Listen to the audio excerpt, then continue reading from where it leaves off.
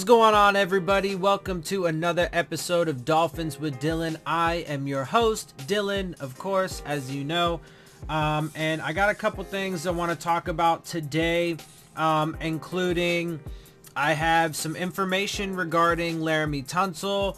I also want to address a comment from the comment section that, topic or an idea or whatever was brought up that I would like to discuss a little bit, and then I also have some interviews for you at the end, including Mike Gesicki, Brian Flores, Coach Flores, Dwayne Allen, and Kenny Stills. So getting right into it, first and foremost, it looks like the Dolphins have exercised the 5th-year option on Laremy Tunsil, and so with that, he is now signed through the 2020 season.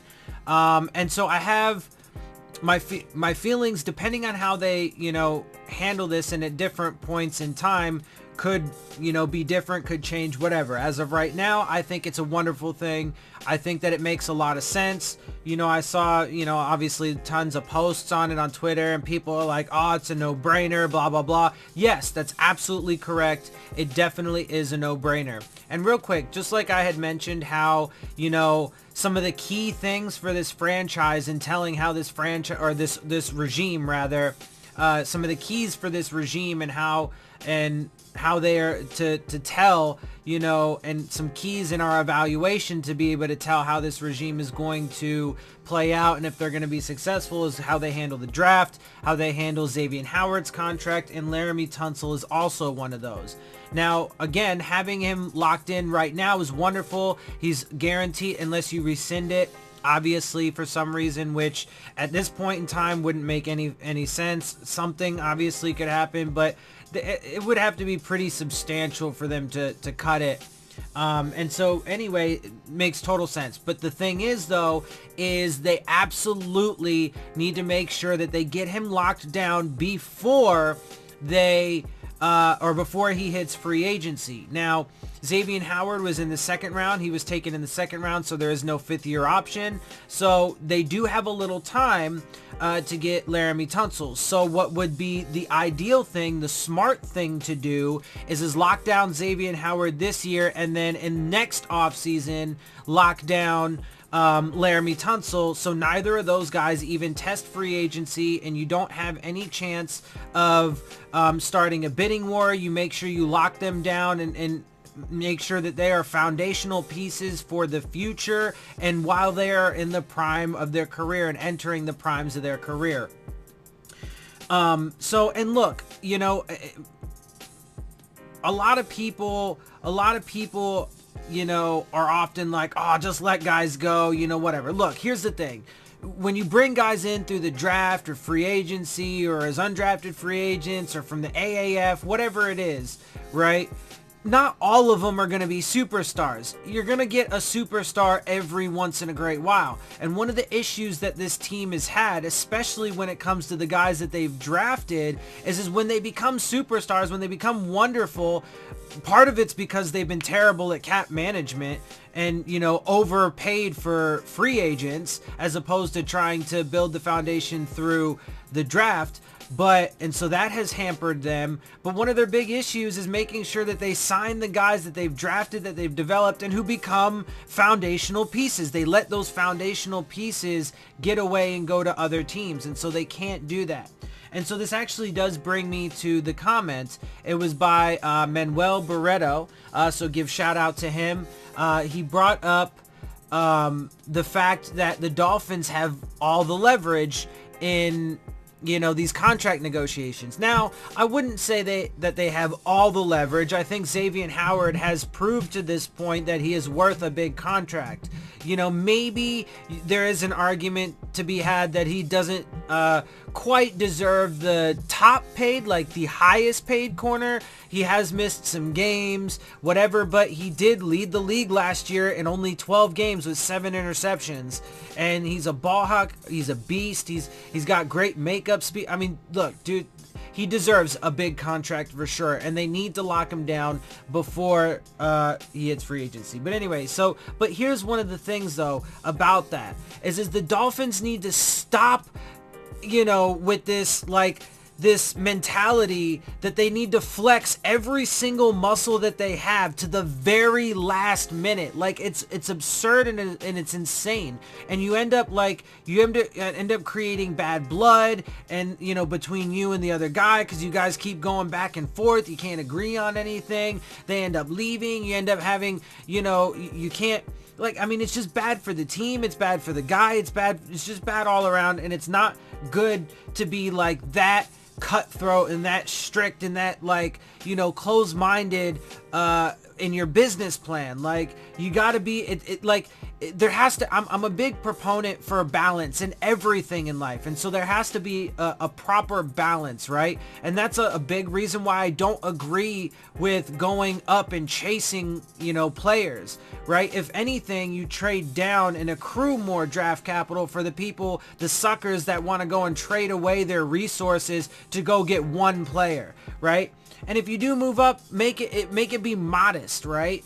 Anyway, so I'm not a fan of that. I think that there has to be a balance, and so part of that includes either picking where you are, or be smart and accrue more resources, get more chances. Anyways, that's another thing. So, but they need to stop trying to flex every single muscle they have to the very last second. It's proven to be a bad game plan.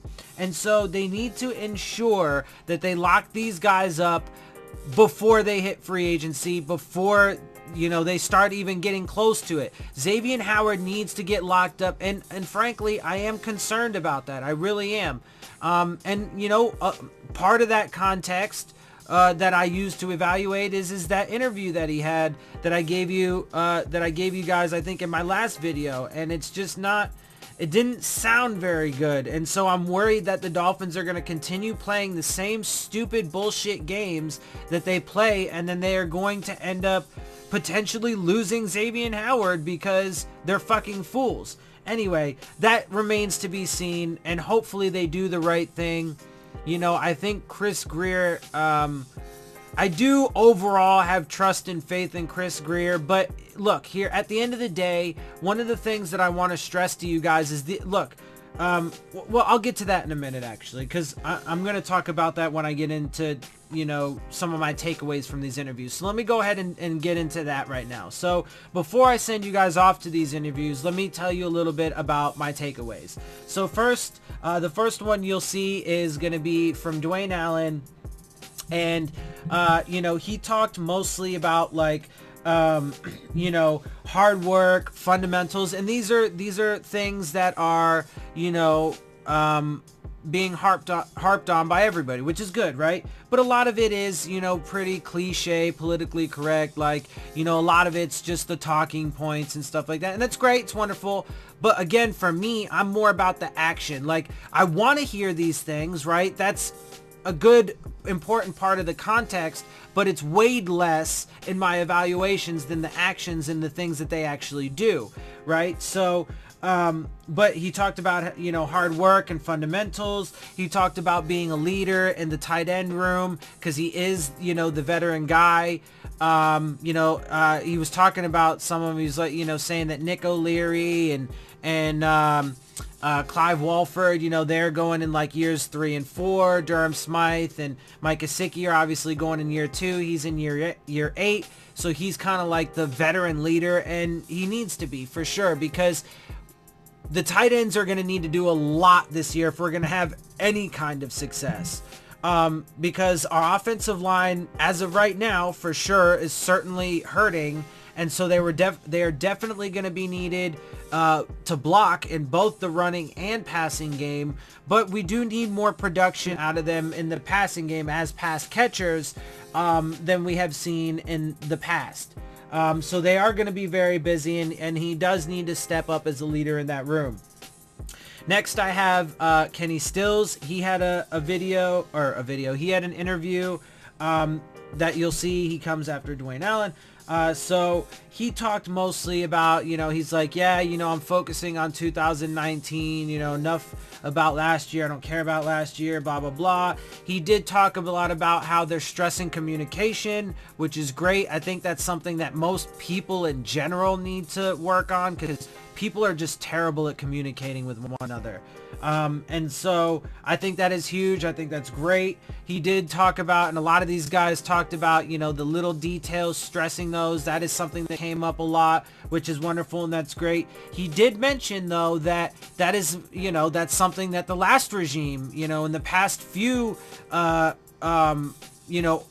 coaching staffs that he's have stressed those things. So it's not like, again, like I said, it is all kind of cliche stuff, right? And they all stress that stuff. So, and so look, I know a lot of people just super hate Gase, and it's just silly, right? It's just absolutely silly, and he's going to do well in New York. I know that. But look, I mean, he did a lot of good things right, and people need to give him the credit for that. And they need to stop discrediting him for things that weren't under his control. Like, the dude can't control how many players you're going to get hurt, or if a hurricane's going to run through your fucking state and displace you for a week. You can't control, a coach that decides he wants to do rails on his desk. Like, and for anyone that's like, oh, but you should know. No, like, that's not really your business. What are you going to do? You're going to go make sure that, every single one of your coaches and players don't like to enjoy or indulge in illicit things once in a while? Like, come on, man, get out of here. Anyway. So moving on. Mike Gesicki then is next. He talked about, he's really excited to be out there. He's learning, which is great. Obviously, he's still, going into year 2. So he does need, and it's obviously a whole new coaching staff, so on and so forth. And he's just really focusing on being the best that he can be. And he needs to do that, and he definitely, like I said, I mean, he's going to have to play his part in blocking for sure, but he needs to be that pass catcher that we drafted him to be. We've got blocking tight ends. We need, somebody or a couple guys that can distinguish themselves as threats in the passing game. Nick O'Leary, I think, can be, helpful in that area for sure. But, Dwayne Allen, can catch some balls here and there as well. So can Clive Walford. But, they're not high production guys in that area. And Mike Gesicki certainly has the potential to be. And, we drafted him. He's young. He's only going into year 2. So he's a guy that you want to develop and use as a potential building block, right? So he definitely needs to pick up his game and do some more. So hopefully we'll see that out of him. And then finally I have, the interview with Coach Flores. And so, there's 2 things I really want to say about him and this in particular. So one is, and this gets brought up a lot, about how he stresses time. He has this motto of, if you're early, you're on time. If you're on time, you're late. And if you're late, you're forgotten. And I've had a similar thing. I was in the Navy for 4 years. We had similar things like that. And that's how I live my life, just in general. I love being prompt. I love being on time, punctual. And so I for me have adopted, am I perfect at it? No, I'm always super busy, so it's hard to manage sometimes, but I have that same philosophy, and it's good. I like that he has that kind of philosophy, and I like a lot of the philosophies that he does have, and I hope that he can do good things with it, and I hope he can instill it and get it firmly rooted, because I do think culture is super huge. But here's what I will say. Like I said after his previous interview, I think that he's getting more comfortable and more articulate, and I like that. He's talking good talk. Look, he's talking a great talk, as a matter of fact.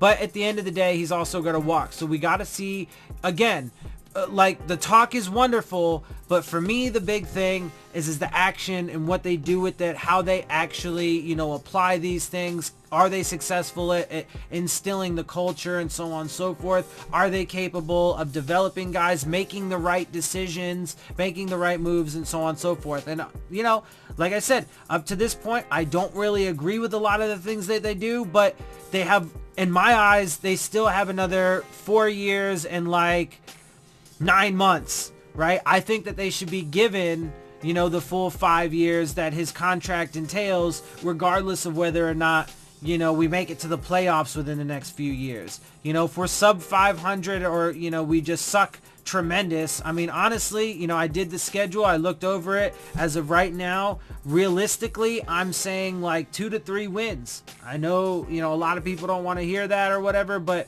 just realistically, that's what it's looking like. So, you know, we'll see though. If he can rally these guys and get a few more wins than that, then great. You know, and I'll give him that credit when he earns it, right? When he earns it. So that's really all I got for you guys. That's enough. I'm sure you guys have had enough of hearing me talk. I talk a lot. I talk often. So I'm going to go ahead and end it. But I hope you guys enjoy my show. If you do, make sure you hit the subscribe button. Make sure you hit the like button. Make sure you hit the bell if you want to get the alerts. Leave your questions, comments, and concerns down in the comment section. And of course, as always, make sure you follow me on Twitter at Dillon Tartaro. And with that, I am out. I'll see y'all soon. Fins up.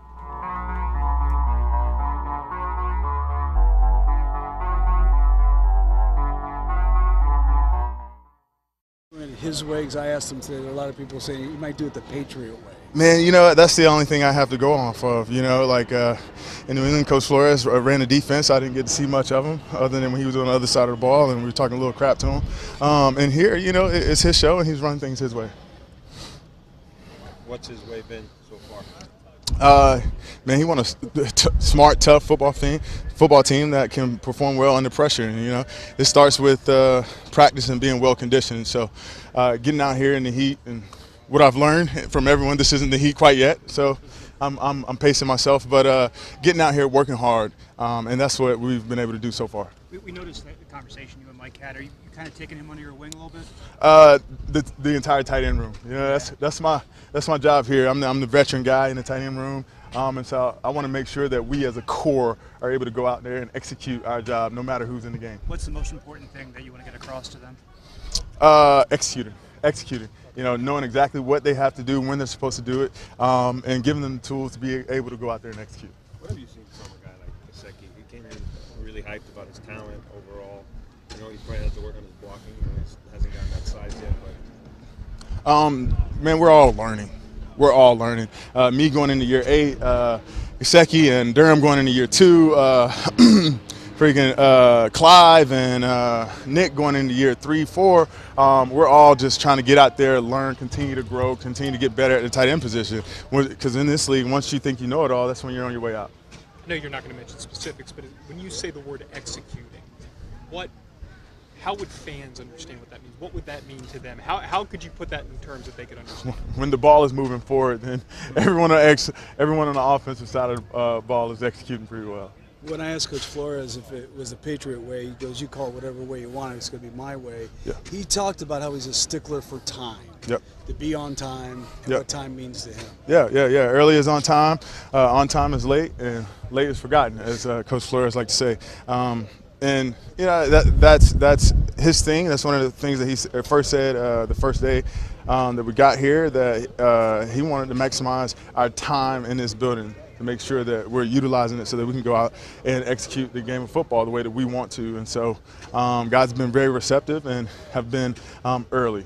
But you've been used to that time element. I mean, yeah, sure, if you say so. I mean, again, that's one of Coach Flo's things, and that was the first time I heard that.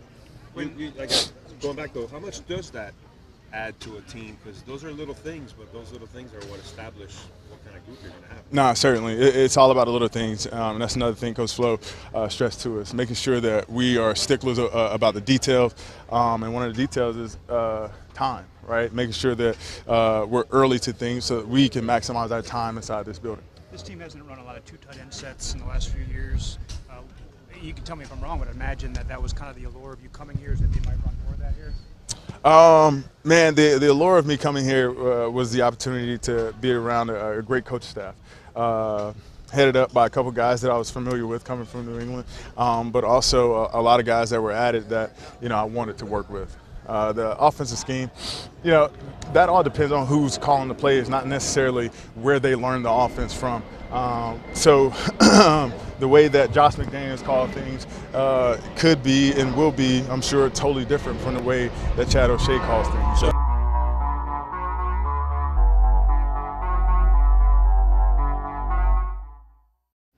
You feel any different from last year, or anything that you noticed, or anything? Honestly, you were just focusing on this year. We put last year behind us, 2019, year 7 for me. An opportunity for us to go out and play ball, and opportunities to go out there and win football games. What have you noticed, if you have, different with Flores compared to previous coaches? I mean, is there a different style, different approach, or? Honestly, I feel like it's too early to even get into the comparison game. We're out here just trying to improve, get better, and stay injury-free and work our way into the regular season. He emphasized today he's a stickler for time. Do you notice that too? That time is so valuable. I mean, yeah, it's one of those basic principles. I think everyone's kind of a stickler on those things. Make sure you're on time, and being on time is being early. Okay, Ryan Fitzpatrick, what kind of he's a veteran presence, obviously, but I see him going over to every group after practice and just little words being said to each group. Yeah, one of our things that we're really harping on this year is communication, and so it's all of us, from the quarterback, O-line, defense, coaches, everyone. We're all just communicating, trying to make sure we're on the same page, speaking the same vocabulary, and so it's big for us. Just make sure we're communicating. Obviously, with Coach Flores coming from the Patriots, he's a stickler for little things. How much does little things end up being, very major throughout a season, just to get that pattern going early on? I would just say that it's something that we've always focused on here as players, and and the different staffs that have come through here. Just the little things and how they make the big picture, and so it's something for us to make sure we continue to fine tune in detail, and so we hope that it'll show up on the field. With Ryan, he has a reputation for being an aggressive quarterback, throwing downfield. Do you feel like that will play into your game a little bit more? I hope so. I guess we'll see. We're just focusing on building our relationship, learning the offense, all the little details and fundamentals of the game, and if that stuff comes, then it comes. How long does it take to develop a relationship with a quarterback? I think it's different. I think it's different with every quarterback. Ryan's a pretty veteran guy, and in these 3 days, it seems like we've all been on the same page with him for the most part, and we talk about the communication, off the field as well, and so we'll continue to work on that, in these next couple of weeks and through the offseason. You're known as a previous, so when you have a new regime come in here, how important is that, or how much do you take that to heart? I mean, I just continue to try to lead by example. I love being here. I love the guys. I love this team, and the opportunity for us to go out and have a chance to win. It's big for us, and so, like I said, I just try to lead by example, and then everything else comes. Kenny, from all the groups that have changed, the receivers group, you got guys coming back that have a lot of experience here. How big is that going to be, you think, to take a big part of the offense when it comes to receivers? We try to think of ourselves as, leaders on this team. I think every group tries to think of themselves as leaders on this team, but the receiver group knows that, we have a lot of talent, and that comes with a lot of responsibility. And so we're trying to do our best, like I said, to get on the same page with the quarterback, to learn the offense, and, get prepared for this season. So, we're excited for our guys to get back and get healthy, and, it's going to be a fun year for us. You've been in touch with those two guys, Jakeem and Oh, yeah. sure. Yeah. They're here, and, they're learning the offense, and so, like I said, we're excited for them to be back and see what this offense looks like going on full cylinders. Kenny, I know it's early. Do you see Coach Flores trying to establish his own identity?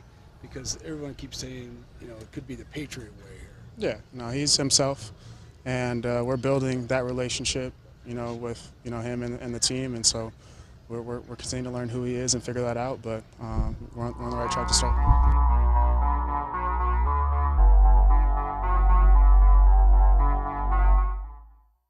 A really exciting and fun, and a lot of learning throughout these first 3 weeks. How have you spent the last 3 months to make this your best season? I've been training each and every day with the mindset that I need to come out here and be the best version of myself. So I think I put myself in a position to not only be effective in the passing game, but also in the running game.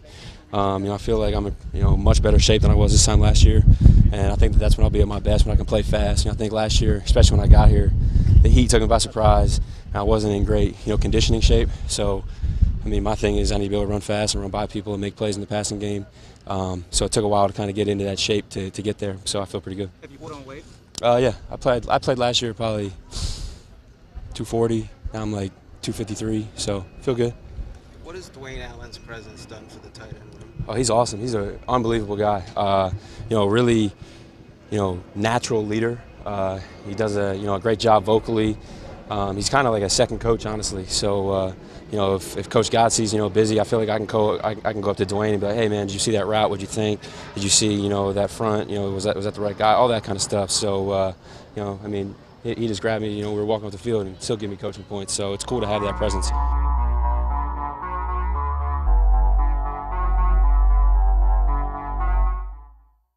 In the course of your job?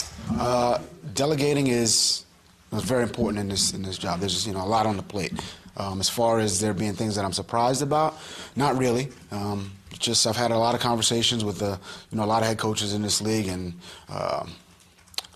what a lot of them said was there's going to be something across your desks that every day.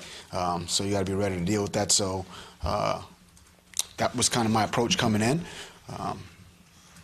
It's something, being adaptable is something, is a mantra of mine and our team, adapt or die is, a lot of what I say a lot of the times. Delegating is definitely a part of that. I think, when you're in a leadership position, part of that is allowing other people to lead as well. So I feel like that's something I try to do well, and obviously I can get better, and look, every day it's new. It's all new. It's all a process. There's some things that you know what. Next time I'll do that a little bit better. I think we all deal with things like that. But yeah, the process has been good so far. Do you have a line assistant, somebody you'd like to be like a right-hand man, so to speak, out of your group of assistant coaches as you take this? We've got a great staff, so pick any of the 20 guys. They're all my right-hand men. We work well together. Try to put a staff together that embodies the things that I want our team to reflect. I want them to be tough. I want them to be smart. I want them to work well together. And we have a group that does that. They're great teachers.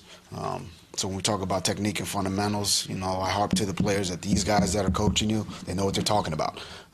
So listen, try to improve, and you'll get better. How has this experience in the past 2 months, you said it's been a whirlwind, a personal question, how has your mother's passing kind of affected that, or how have you dealt with that in the scope of the job? That was obviously hard. She's someone I think about on a daily basis. I wish she was, here to kind of enjoy this with us, but, she's with me all the time. She was... I would say she wouldn't want me to kind of dwell or be upset, and she would want me to have peace, which I'm sad, I'm unhappy, I miss her, but I have peace in knowing that I did everything I could to make her proud, as well as my brothers. They did the same thing, and we all have peace, with that. I don't know if you have heard this from the national media, whether it be national or local, but a lot of things I keep hearing is that you're going to do it in some ways the Patriot way. How important is it to establish your own identity with this team? You call it what you want. I'm going to try to get our team to work hard, play together, play with good fundamentals and technique, play as a team, try not to be, put the team first. You got to try to get 11 guys to play together, and that's a hard thing to accomplish, as a coach. And that's my goal. You can call it whatever you want. You can call it Patriot way, but to me, it's just trying to coach and play good football. Ryan Fitzpatrick playing football in a regular game even. We haven't seen Jake Rudock or Luke Falk do that in the NFL or even in a practice, really. How have they looked the last 2 days in practice? Jake and Luke, just like everyone else, they're working hard. They are doing everything possible to try to improve their techniques, their fundamentals, footwork, throwing the football, ball handling, all the really fundamental things. That they're working hard. They're doing a good job. Really, all three quarterbacks, and we're excited to see what they can do, moving forward. When you and your staff watched film of Mike Gesicki and what he did as a rookie, what, if anything, gave you guys encouragement, things you can build on, potential strengths from Mike? Mike's a good young player, talented. Like everyone else on this team, there's places where he can improve, get better, develop. And as a young player, there's a lot of room for development, I would say, and really as an older player as well. So Mike's working hard. We see what everyone else sees. I mean, he's got size, he's got speed, he can catch the ball. There's things that everyone can work on, and he's working on those things, and he's done that. He's done a good job these last couple of days. We spoke with Chris Greer yesterday about the draft, and he's got the last word. How much of an influence do you have in the draft, specifically the first round, and how much influence do you want in that process? I think Chris and I, well, I know Chris and I, we definitely work well together. He and I both kind of, I don't want to say speak the same language, but when we say collaborative effort, I think we both really mean that. When I say that, I mean that as a coach with my coaching staff. When he says it, he means that with his personnel staff, and when we come together, it's the same. So with the draft coming up, and obviously we're going to make some selections, we'll make some decisions. I think the both of us we've had and we will have discussions about players, situations, scenarios, and we'll make a decision together to that we think is best for the Miami Dolphins. When it comes to evaluating college players, what is the most important thing? Is it production on tape? Is it body fit? What is the most important thing to you? I think it's a combination of the things production, height, weight, speed, intangibles, fit. There's a myriad of things there. So if to say there's just one thing that's important, they're all important. And is one more important than the other? I would say no. But it's the total fit of the player, and really how they fit, or how we feel like they'd fit with our team. When you sit with them in interviews, either here or Combine, what do you try to get out of them? What's the most important thing for you to come out of that meeting knowing? You try to get to know the person. I think that's a big part of this. I think a lot of times, people see players as just players, but you want to know about, their mom, their dad. Who's an important person in their life. What kind of adversity they faced before. Those are you're trying to get to know the person. And does that person fit, your style as a coach? Do they fit your locker room? Do they fit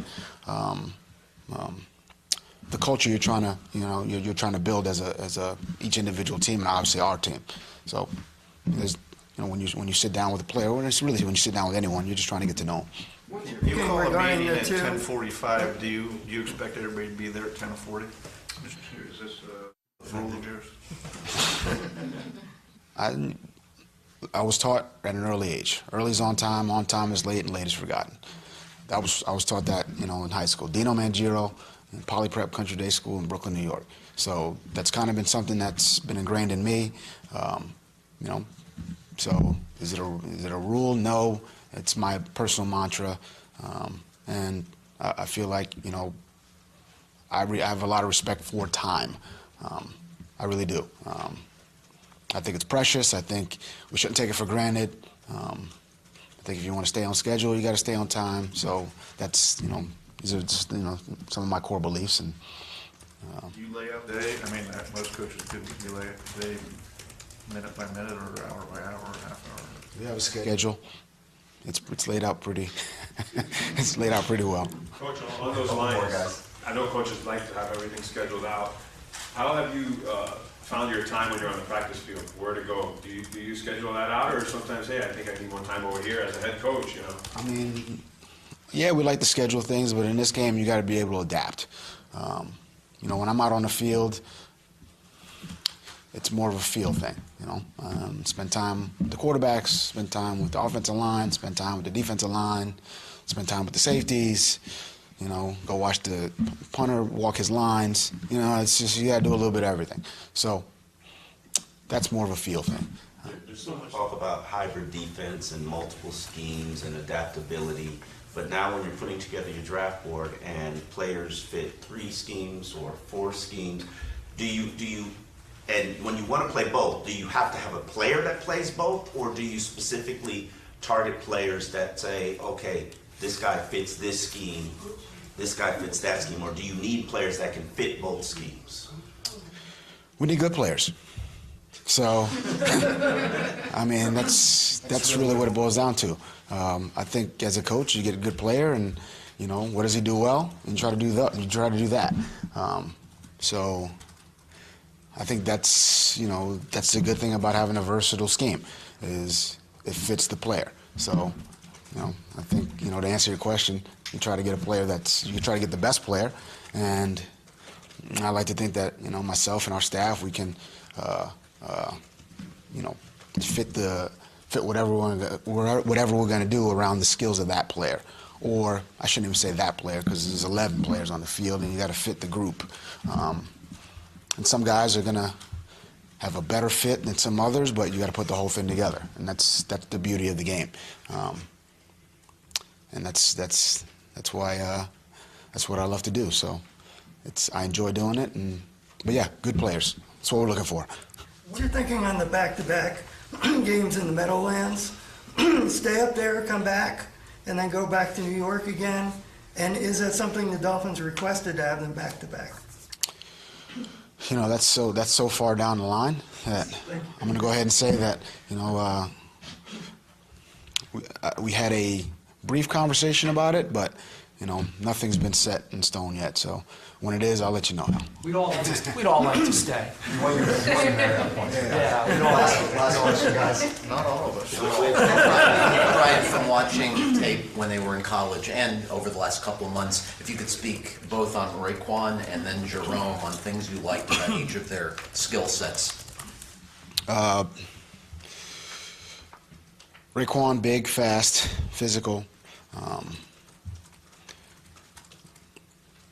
I mean, this is, you know, not on film, but good leadership, smart. He play a few different positions. Good young player. Jerome, again, another skilled player, fast, good tackler. Raekwon's a good tackler as well. And smart, you know, can do, you know, a few different things, you know, can cover, you know, which obviously in this league, you know, with it going in the passing direction, that's, you know, you want that out of a linebacker. So both good young players. You know, we're happy to have them both. All right, guys, so you've reached the end of my video. You've reached the end of the interviews, and I hope you guys enjoy my video. If you do, make sure you hit the subscribe button, make sure you hit the like button, make sure you hit the bell if you want to get the alerts. Leave your questions, comments, and concerns down in the comment section, and as always, make sure you follow me on Twitter @Dillon Tartaro. And with that, I am out. I'll see y'all soon. Phins up.